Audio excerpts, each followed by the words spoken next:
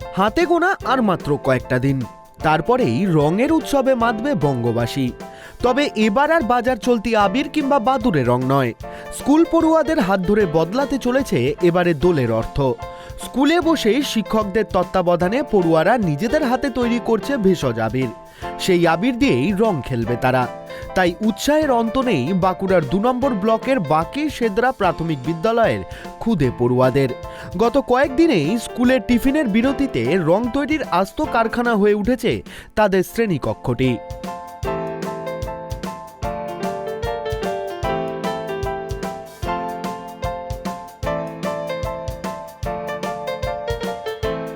ঐতিহ্যপূর্ণ বাঁকুড়ার প্রায় প্রতিটি অঞ্চলেই রাঙা পলাশের ছড়াছড়ি। গত কয়েক বছর আগেও এই পলাশের তেমন কদর ছিল না। প্রকৃতির নিয়মে বসন্তে লাল রঙা পলাশ ফুটে আবার ঝরে যেত নিজস্ব নিয়মেই। তবে সাম্প্রতিক সময়ে দোলের আগে কদর বেড়েছে পলাশের, আর সে কারণেই পলাশ ফুল দিয়েই আবির তৈরিতে হাত লাগিয়েছে বাঁকুড়া ২ নম্বর ব্লকের বাঁকি সেদরা প্রাথমিক বিদ্যালয়ের পড়ুয়ারা। এছাড়াও আবিরের রং হিসেবে ব্যবহার করা হচ্ছে টমেটো, পালং শাক, কাঁচা হলুদ আর অপরাজিতা ফুল। সঙ্গে মূল উপাদান হিসেবে অ্যারারুট তো আছেই। আবির তৈরি করছি। কি দিয়ে আবির করছো? অ্যারারুট দিয়ে, তারপর টমেটো দিয়ে, ধনেপাতা, পালং শাক, পলাশ ফুল। এগুলো কেন দিচ্ছ? এগুলো আমরা আবির তৈরি করার জন্য দিচ্ছি। কালার হিসেবে? কেন বাজারে তো কিনতে পাওয়া যায়?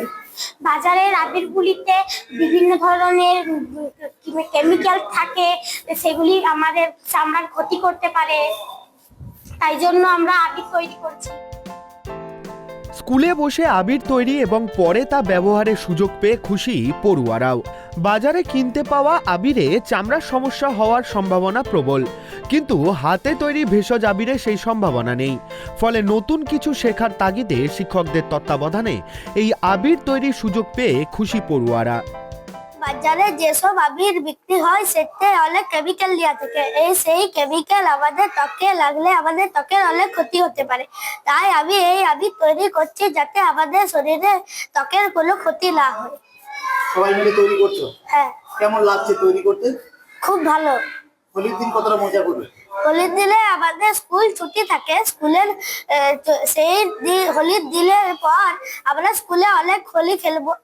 আমরা বন্ধু বান্ধবরা অনেক মজা করব এবং বাইরেও আমরা অনেক হোলি খেলি।